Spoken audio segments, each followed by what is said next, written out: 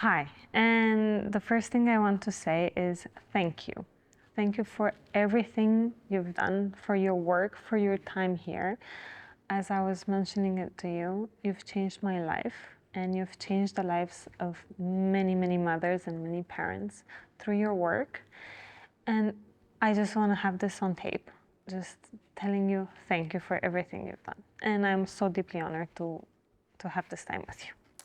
Well, thank you. And I'm delighted and honored to be here. Thank you for that. And I'm only passing on the benefits I had in working with Gordon Neufeld and believing that it was important to share that with other parents because I had the benefit of having him when my children were young. So thank you for your words. I am a little bit jealous of that.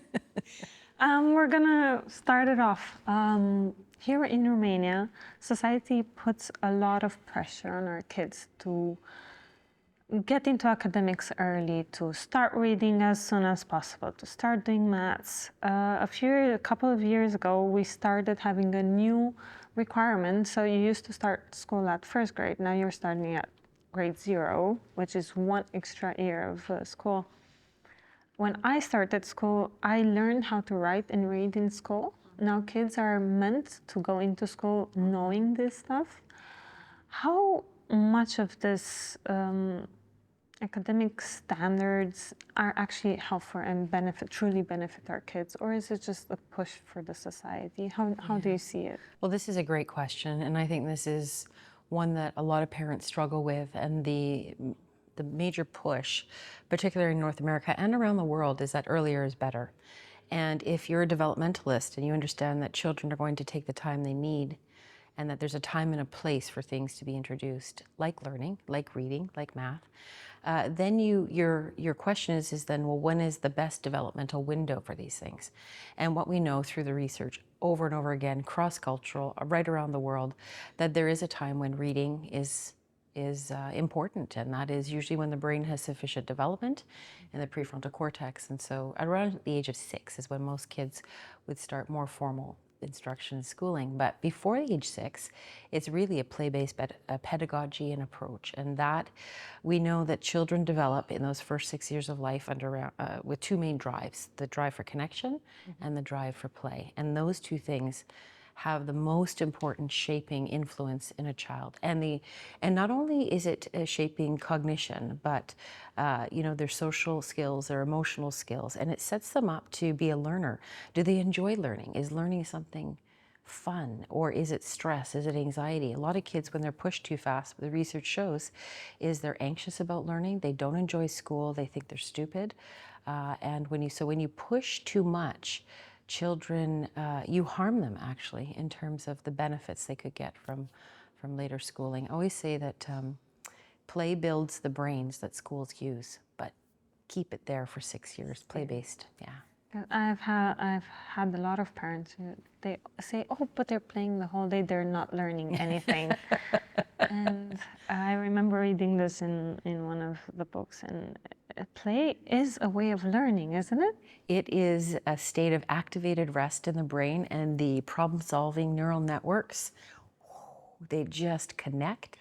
It is the way that the brain develops and shapes, and there's some research that shows that deprived of play, the neural networks do not integrate as robust, and you don't have the same neural networks. But the benefits of that show up in 3rd grade, 6th grade, later on. So you have to be patient to look and see how play builds the brains. But no, it's phenomenal. But it is endangered. Play is endangered. It's endangered, yeah. I get that. We have a growing community of homeschooling in Romania, but parents often who do homeschooling choose this for their kids, they have a pushback. So they're seen as pariah, they're seen, there are a lot of voices, also authorities in Romania who say, look, this is not a healthy way for your child. What's your take on that? And what does science say about those kids who are held back, trying to doing the academics a different way? Yeah. Well, in North America, it's very common for parents to choose their path this way as long as they're answering to educational outcomes. So the research from that shows that children who have a good home environment and have opportunity for connection, it's a safe home environment, exposure to people and things and experiences, they actually do very well. In fact, they're, as an academic, as a tenured academic, I could always tell who were the homeschool kids in my, Really? yeah, and I'd be like, why is that student so different? They had questions, they were interested, they were engaged. They weren't there just to get a ticket. They wanted to be educated, so homeschooling, and of course this is culturally based. And so in Europe there would be different beliefs and systems around that, and so there's a cultural piece to that. However, when you look at the research, if we have a good home environment, inquiry-based learning, play-based learning, children grow best in the context when they're attached to the people who are responsible for them. So if that's a teacher, daycare provider, a parent, then those conditions are the best for a child to learn. And so, no, homeschooling it's not holding your child back in It's social not a skills. risk. It's not a gamble, is it? No, and it's certainly in North America, it isn't seen as detrimental. It's seen actually, and often is as a privilege, because to be able to offer that to your child means that the parent would have resources to do that. And so, I know many homeschool kids. They're phenomenal. Yeah. One of the reasons some parents who they have the possibility of staying back home with their kids, but they still choose to send their kids to nurseries or kindergartens. And the answer most of the times that I get is that they're afraid they won't be able to socialize later on, or they won't be able to integrate into society.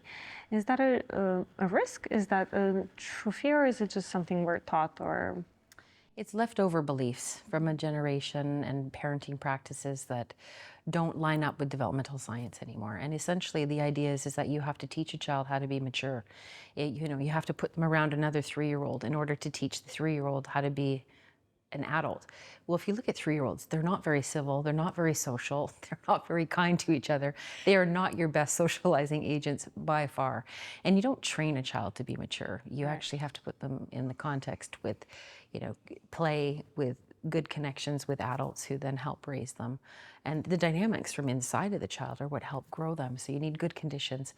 The biggest regret that I actually have in writing Rest, Play, Grow is that I took out a chapter because my publisher said your book's too long. I actually removed 3 chapters. And the one chapter was called The Myth of Socialization, Why Getting Along is Overrated. And I thought, well, Gordon Neufeld and Deborah had written Hold On to Your Kids. So I thought, does it need to be said again? I was completely wrong. It does need to be said. So I've committed myself to writing that chapter, and I'm just going to release it.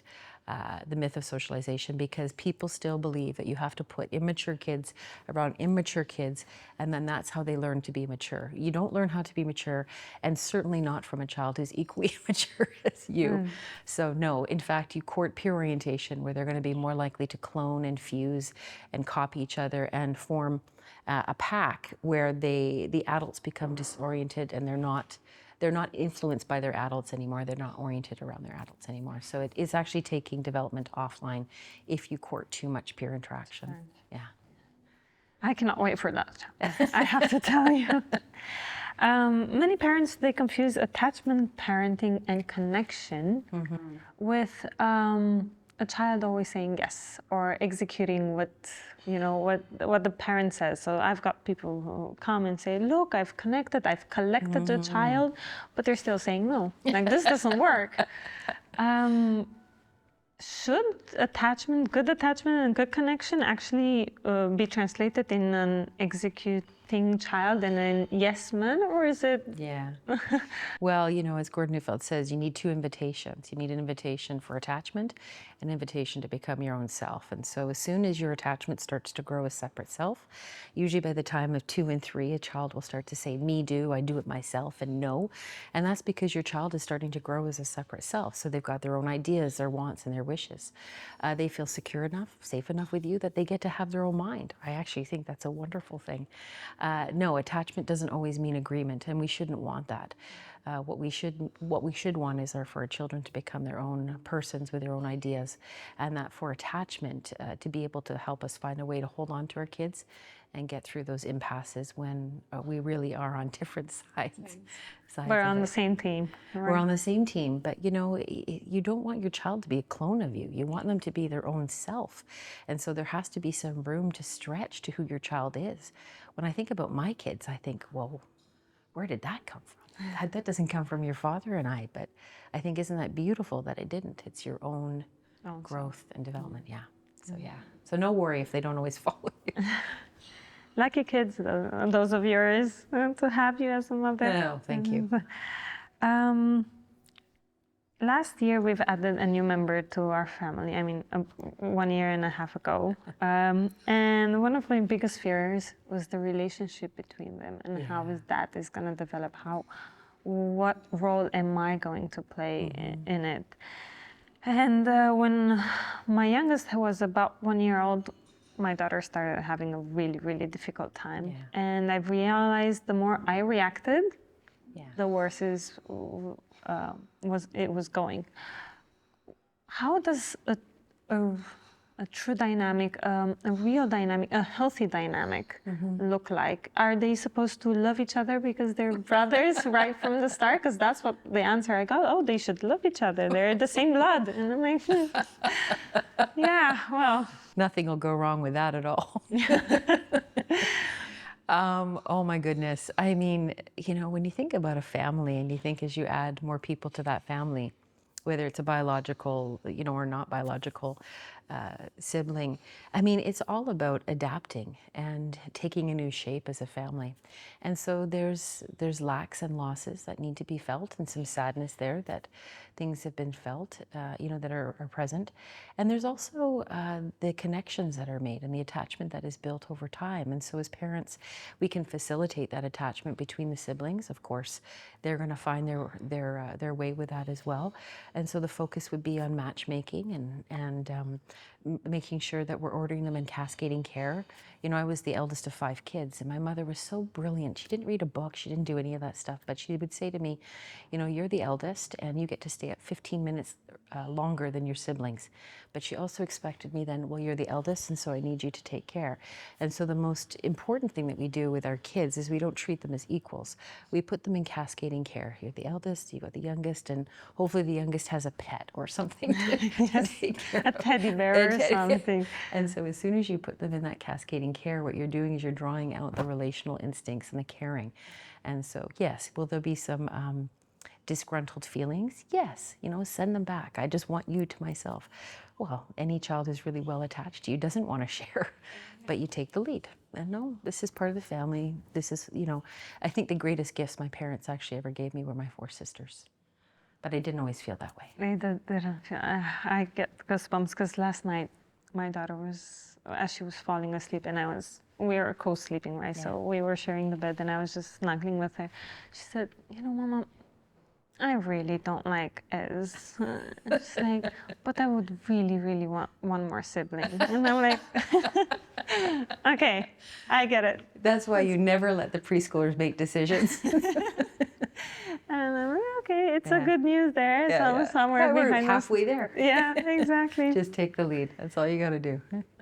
Speaking about sleep and a time to relax as a family, a tricky subject here for new parents especially is sleep. So we've got a lot of information from 60s, 70s, 80s of especially men who have never put a baby to sleep before, that we're supposed to train our kids to sleep and teach our kids to sleep through methods that either encourage misattuning to our kids, so not listening to their cries, not comforting them when they're crying, or just closing the door behind us and never coming back until the next morning. What does the science say, and what does attachment science say about sleep training methods? Yeah, this is a hot topic in North America as well. And everyone will use the science to suggest and support their own point of view. Essentially what happens though is that when you use separation and detachment from a child, to get them to sleep, whether they have to cry it out, they have to self-soothe, they have to self-regulate themselves. Like there's all these types of language that we use around basically a child having to grow up and feel secure while not being with the people who are responsible for them. What you do and what those methods did, the Ferberizing method, the cry it out method, was they essentially say to the child that no one's coming. Crying is a separation distress response. And so when you leave them to cry, it basically communicates nobody's coming, and the child falls to sleep out of emotional defense rather than rest. The big question that we should be asking ourselves is, how do I bring my child to rest so that sleep is possible? The body knows what to do with rest. The child needs to come. The body knows how to get the child to sleep. We need to get the child to rest. They are not built for disconnection. We do need to sleep, and we do need to take the lead on what sleep looks like. But anyone who offers and suggests that there's only one method to do that, or a sleep prescription, dumbs down parents, doesn't respect the child-adult relationship. How I did this with both of my children looked very different because I was in different places, and as a parent, I had different requirements around sleep. It's important everybody sleeps, but don't use the biggest card, which is push their brain into a shut-off mode because of separation distress. That has ripple effects. If parents have done that, it's okay. Go back. It's okay. Development is kind. Attachment is till they lure you in the grave. So just go back, offer more connection and closeness at a time when there's the most separation, even if they don't seem to be needing it. Mm-hmm. But yes, our sleep training industry was not set up to favor relationships. Yeah. I just get goosebumps, and I'm trying to get this message as far and wide as possible. When my oldest was around 6 months old and we started, weaning her into solids, I remember reading the books, right? So there should be sitting in the chair, no distractions, 4 grams of protein, 6 grams of carbs, or something around those lines. And I remember bringing to the table nothing else but my anxiety. So I remember at one point, I felt like my kid could not eat because of me, because of all the expectations I've had, because of all the pressure I was putting. So what is it that today's world misses out when it comes to food and nourishment? Yes. And I mean, this question is dear to my heart. It was a question that I brought to Gordon Neufeld when I was interning with him. What do I do with my picky eater? And the response he gave was not a response to answer that question. He put the focus back on relationship. And so after about 10 years of research, what I realize is that our relationship with food is broken. We put the emphasis on food. The fact that you're focusing on how much protein or carbohydrates, that your emotions are one of alarm around food. Food was supposed to be something to be enjoyed. It is a gift. It is a medium through which we enact attachment. And so the missing piece in our feeding habits is that we don't understand that children are most receptive to people being fed by people they're attached to. And so if we focus on the relationship, we increase the receptivity, our children are going to have their own minds. They do go from being just simply fed to becoming an eater. So they'll tell you, they have preferences. Our job is to show up and be the provider, but the emotions that we bring to the table, the alarm that we have now about the food is really problematic, and it's interfering in our feeding relationship. So I would say, in short, if your focus is on food only, then you've got to shift hopefully into some more relationship ideas. And out of all the research, if I could just sum it up to one sentence, it would be to gather your children first, gather them, collect them, engage them, and then eat.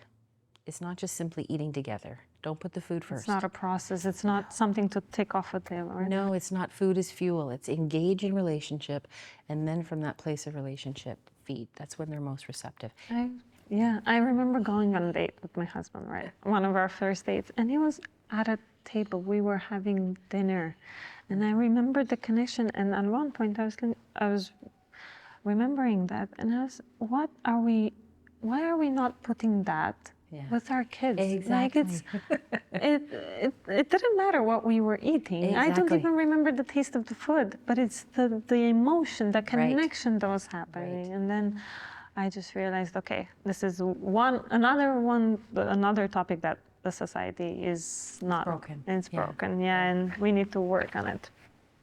Last but not least, if there's one message you would send to our parents and our community out there about anything about parenting, and what would it be? Yeah. I think it would be an apology and a message of hope. And the apology would be that they are trying to raise their children in a day and age that doesn't honor parents, in the sense that we each come with emotions and instincts that help us raise our children. And we've been doing this since time immemorial. And so now we have so many messages to parents.